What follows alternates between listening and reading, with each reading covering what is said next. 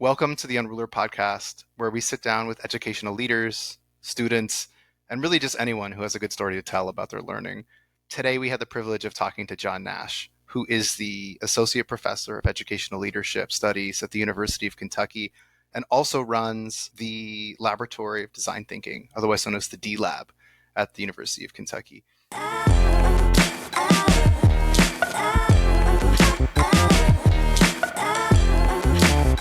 John, thank you so much for your time.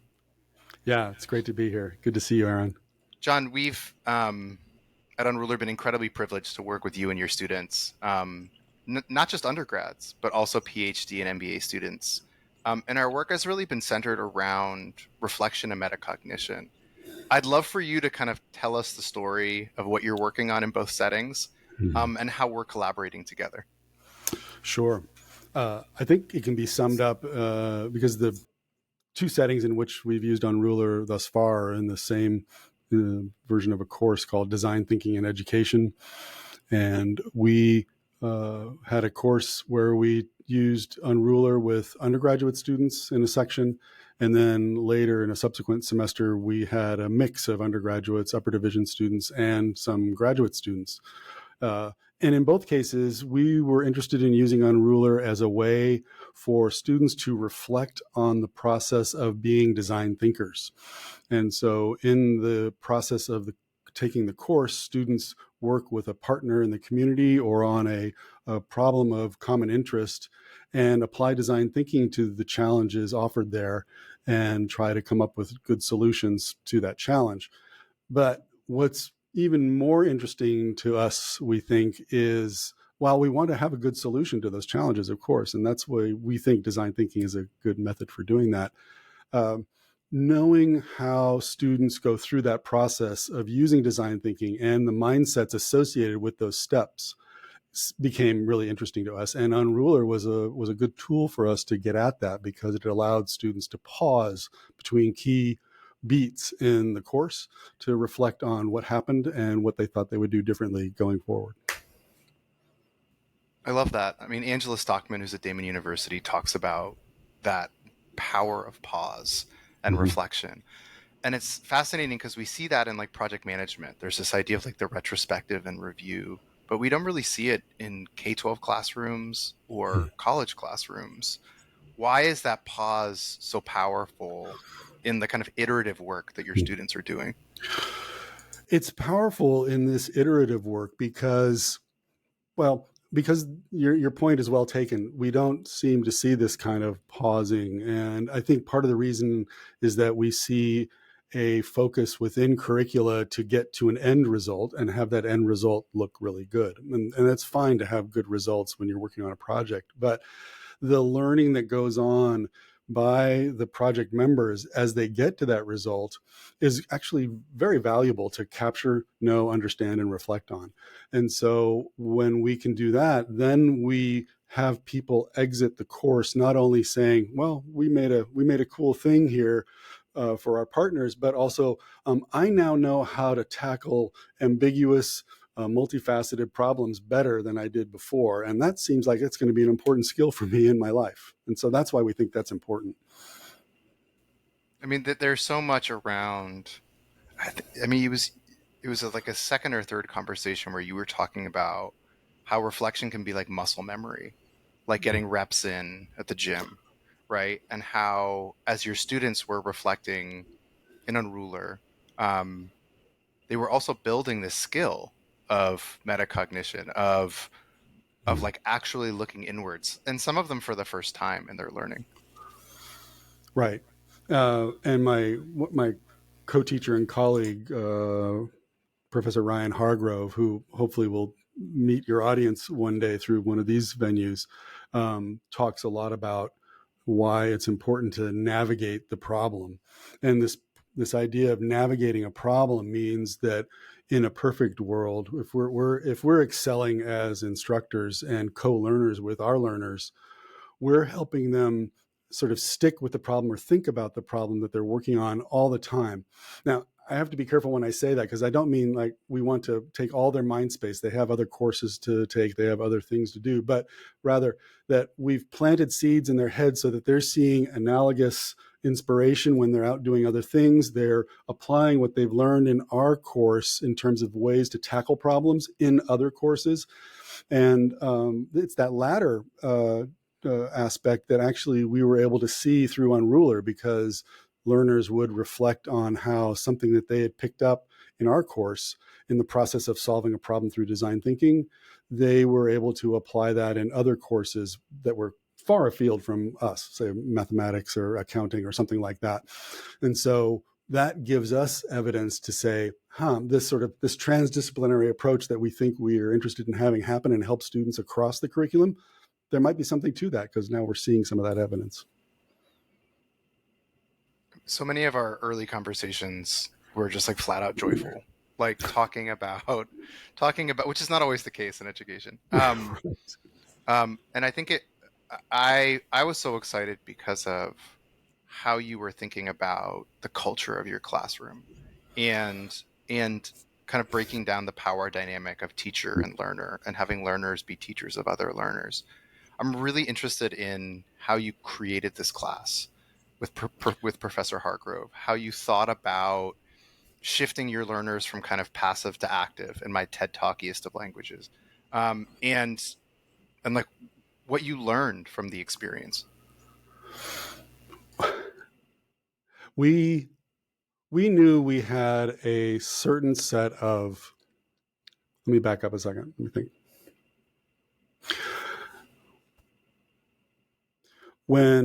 When Ryan Hargrove and I decided to work together to teach these 9 undergraduates design thinking, we knew we would be working with learners who some of them had recently come out of high school. They were freshmen, and it was a fall semester. They had only been seniors in high schools, 2 months before seeing us, to seniors who were on the capstone of their work. But throughout all of that curricula that they had been exposed to, we knew that there would be some unlearning that we would have to do for them to really do well in the course. Not that they were graded on being good unlearners, but rather, the sort of didactic, sequential kinds of problem solving, waterfall style problem solving, was not going to work for the way in which we wanted to solve problems with our partners. And so we would want to think about ways each time we met with the students that they could apply what we learned in class and then take it to their partners and then work in teams to do that work. And so, and now I remember, we can edit Swifty, but what was your question was, how did we decide to teach this way? How did you decide to teach this way, and thus how did you build this course out? Like, yeah. I love the idea of co-creating with Ryan. Yeah. Well, so the story, the question of why we decided to teach this way, I think the story that you heard about how it became a kind of a co-creation with the learners evolved, because I don't think Ryan and I thought that would be the case. But as we started to help the learners unlearn old didactic ways of regurgitating information and have to do public performances of learning, and also be able to sit with the problem, we realized that we would have to change the way we thought our message was coming across. And so we did. There was a point in the course about 4 weeks in where we told the students, and this was the point at which then so much trust was generated, because we said to the students, you know what, we keep talking about users in design thinking, and that that we need to make a great experience for our users. And we want to admit to you that you are our users. And because you're not maybe feeling comfortable the way you're getting the concepts or the way the information is provided to you on Canvas or in the LMS, we'll change it. Tell us what works for you, because our aim is to help you become great thinkers and good problem solvers through this process. But if the way in which we're doing that is not working, we want to know. And so they told us. And then we listened and we actually implemented. And then from then on, it was as if we were both learning in the course. We were learning, Ryan and I, about ways in which we could bring the most important aspects and concepts of the course to bear at the right time. It's almost just-in-time learning for each of the phases of the design thinking cycle.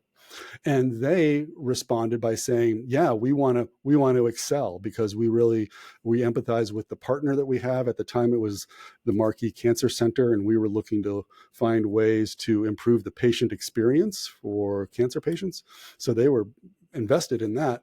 And so it all kind of came together. And so then we were almost like 9 students and 2 instructors, a team of 11, instead of just a couple of guys trying to teach 9 people to do a project.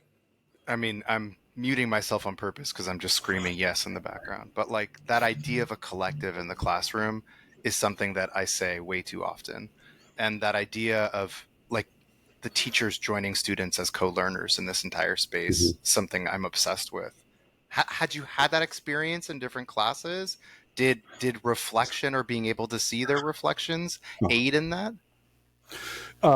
Some, no, not to the extent of our application of Unrulr to see this, but I think also the reason this came to bear, I think in any other situation, it would have been easy for a professor or an instructor or even a teacher in a P12 setting to shrug, maybe throw up their arms and say, you know, I explained this assignment pretty clearly in the LMS, and they're not getting it. They're showing up to class, you know, empty-handed. Well, what is this? This is not right, and this is on them.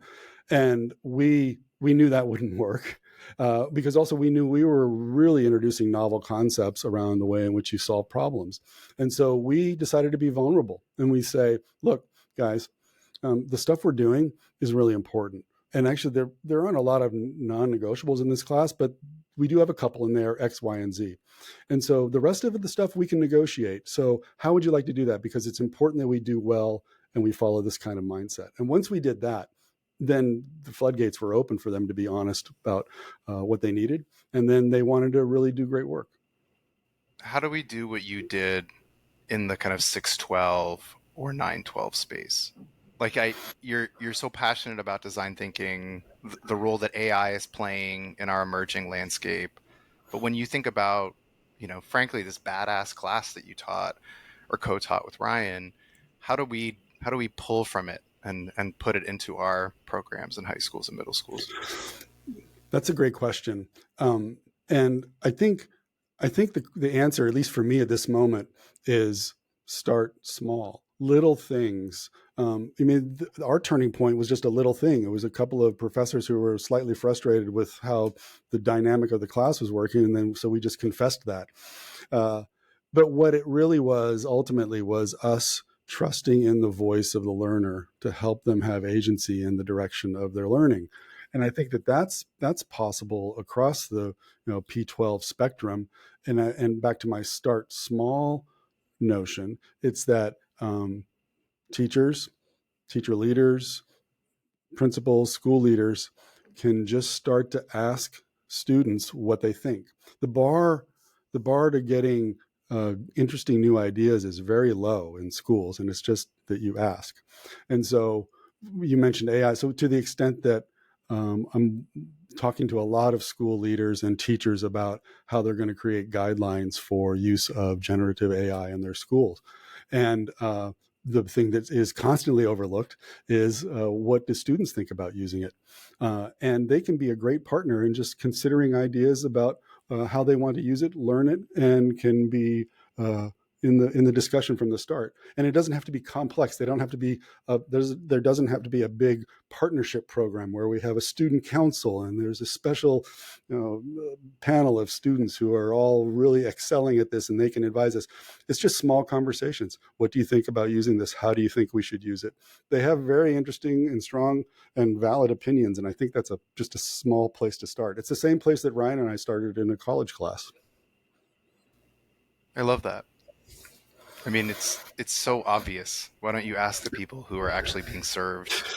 And we have all this like kind of corporate or like, you know, hipstery language around human-centered design and, you know, but at the end of the day, it's the obvious piece of asking the stakeholder who is the student. Mm-hmm. Yeah. Well, so one thing that's very interesting to us right now is this idea that any challenge or problem that's presented to students, learners, even adults, our mantra is the problem is not the problem. And many times in organizational situations, school situations, education, there's a challenge, a problem, some kind of phrase that starts with "Why can't we X?" And then the dialogue goes right to finding solutions for that very first statement or that problem statement. And we know through experience that the problem is not the problem, and that there is something behind it.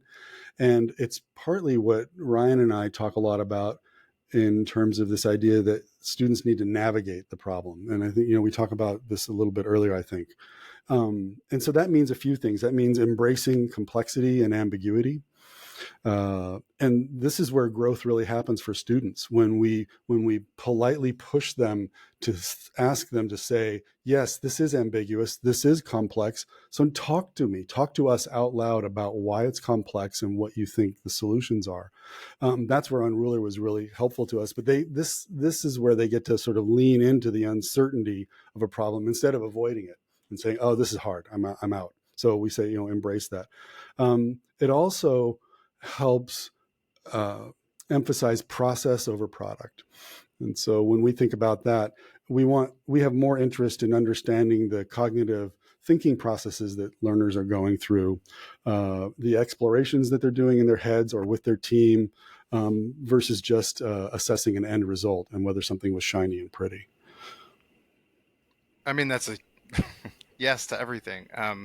The other hat I wear is I run a youth entrepreneurship program, summer program every year in Hawaii. And every year we stay more in the problem space than the year before. We delay solution mode and we have them grapple with exactly what you said, all these underlying issues. And in teams kind of think about, roads forward. And that's so huge because ultimately, if your solution is good, it changes as it interacts with the world. Right. And Yeah. one of the things we say is it's dangerous to not be curious, to say that you've got this solution and that there's no change. And so there's this art and beauty and pivot. And if you don't understand the problem space, you're not there. And it's this badass grit that emerges when you grapple with uncertainty, sometimes for the first time. And I loved how you talked about unlearning. There's this perfectionist tendency in students to only get out perfect work. And that's the opposite of design thinking.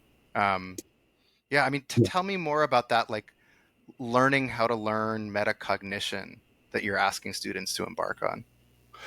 Well, when we ask students to do that, then we get a couple of good things accrue to us as instructors, and then we can feed that back into the teams, which is we get a window into their thinking. And so we're starting to see whether or not they're still trapped or embraced by some older kinds of problem solving strategies, and we can work with them to bring in new ones. This also helps because, and we used Unrulr as a tool to help bring out some of those reflections. Those reflections went not only to us as instructors, but to team members across the class, actually the whole class. And so there's this culture of openness that happens where they're able to see what each other are thinking and maybe even get validated on thoughts they thought were maybe their own or maybe a little bit fringe, but like, oh, other people are considering this as well. They also get to see opinions and ideas and frameworks for problem solving that they may not have had otherwise. And then this, really this whole potential to evolve, then they evolve in their thinking. And so we get this potential to unlock deeper reflection over time, and the students kind of get accustomed to using it regularly. I don't think we have a real culture yet where students reflect about what they're thinking inside their head outside of what they're asked to do explicitly in an assignment. Yeah, I mean, I think I took this job because I'm obsessed with visible learning, or whatever we want to call it, right? Just this ability for others to have a pathway in and to have learning be communal.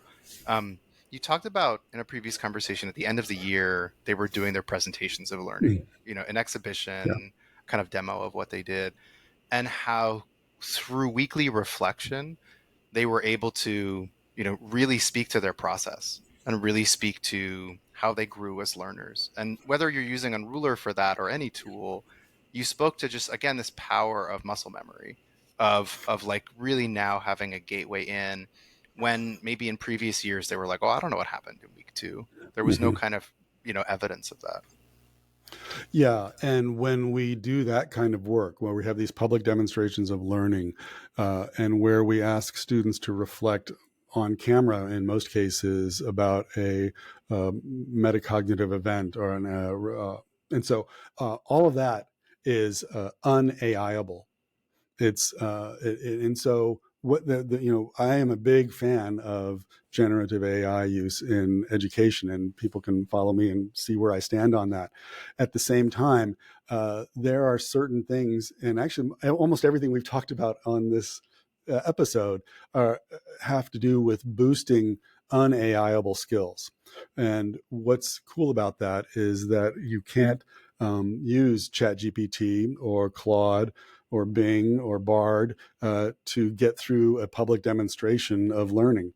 You have to know your stuff, and you have to be able to reveal your thinking on your feet, and you have to be able to answer questions about the context in which you made decisions, and you have to show your prototypes that you built. And so that allows them to think about whether or not they're hitting the mark on making a good product or an outcome for the client or partner, but also whether or not their thinking in the run up to that creation was any good. I mean, that's so huge. Like, I'm a huge fan of generative AI as well. One, because it shows us what was bullshit in education and what assignments really didn't have meaning or merit to students in the first place. But two, because it allows us to focus on process. And like you said, have this kind of human-centered approach to documentation and evidence. And I you're saying all the phrases I love. I mean, I'm obsessed with product. I love the idea of learners building something out Yeah. and having something, whether it's for a client or for themselves, that is, an exhibition. Kind of like bringing sports or performance into the classroom, right? Mm-hmm. But what I realized by almost fetishizing product was that when you don't capture process, a ton of learning is lost. And a certain kind of learner, who really thrives in process doesn't Mm-hmm. get to be celebrated too. Mm-hmm. Did you know that going into this experience, or did this kind of enlighten you in that way too? I think I knew it a little bit. I mean, I developed this course about 10 years ago, and then Ryan joined me last year as a co-teacher for sections when he's available. And from almost the start, I was concerned about wanting students to be able to display what they knew. And so I want to give credit where credit's due. I think I stole the term "show what you know" day from the Henry Ford Learning Institute, and where they had some curricula that was aimed at smaller, younger children, younger learners.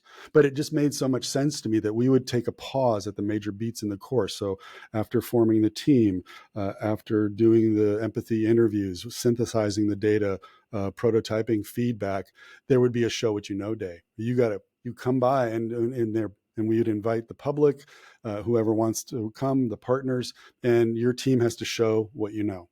And I guess we were kind of in front of the AI wave a little bit there, because that is totally unAIable. You've got to show what you know.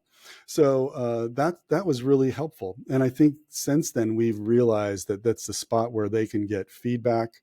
That's the other thing that AI can't do, is give human-based feedback in context. That's another thing AI can't do, is really understand context.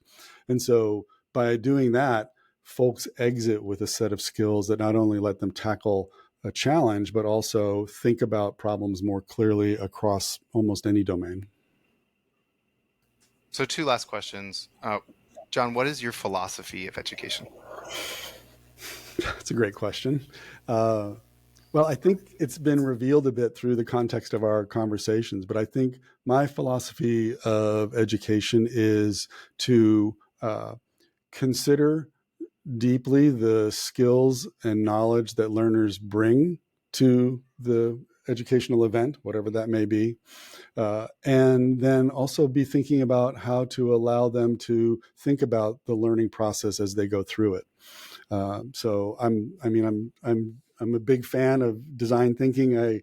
And so I think I try to bring some of those mindsets to bear throughout my philosophy of teaching, whether it's a dissertation research course or whether it's a course on principal use of technology in schools. And so that would be, how can we have a culture of prototyping? How can we have radical collaboration? How can we be mindful of the process we're in when we're trying to solve a problem? Those sorts of things, I think, are always embedded in the way I think about education, no matter what I'm doing. I love that. Lastly, whether it's for this one or for something else, like how would you describe Unrulr's impact on what occurred and the role that it played kind of in this space? Essentially, like what was the value proposition of using it? There's a couple of things that come to mind, and maybe I mentioned them a little bit in context also, but I think gave us a window into the students' thinking that we would never have otherwise. I mean, unless you won't know what students are thinking unless you ask them. And so, and I think about the ways in which we structure, 16-week semesters or quarter systems or whatever, however it is, projects are set up in school. Most of them are not set up to make pauses to say, "Hey, what are you thinking?" And so, putting Unrulr in as kind of into the assignment structure and having it be a part of reflection gave us a window into their thinking. It caused students to go through an ongoing reflection that they wouldn't otherwise do in a course, I think. And then it really allowed us some sort of visibility and sort of a reflective practice on the part of us as instructors. And so it caused Ryan and I to meet after each course and say, what do we think happened there? And what do we think happened in those, not only in those Unrulr responses, but how did the course go? How are the teams going?